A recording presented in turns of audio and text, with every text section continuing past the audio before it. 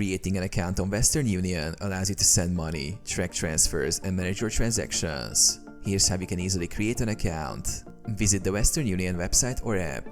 Go to the official Western Union website or download the Western Union app from the App Store or Google Play Store. Click on Sign Up or Create Account. On the homepage, look for the Sign Up or Create Account option and click it to begin the registration process. Enter your information. Provide the required personal information. Full name, email address, phone number, address, date of birth. Make sure the information is accurate.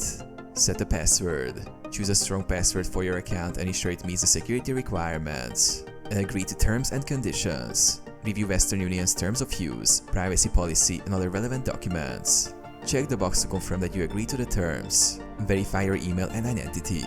Verify your email address by clicking the link sent to your inbox. Depending on the services you wish to use, you may need to verify your identity. Start using your account.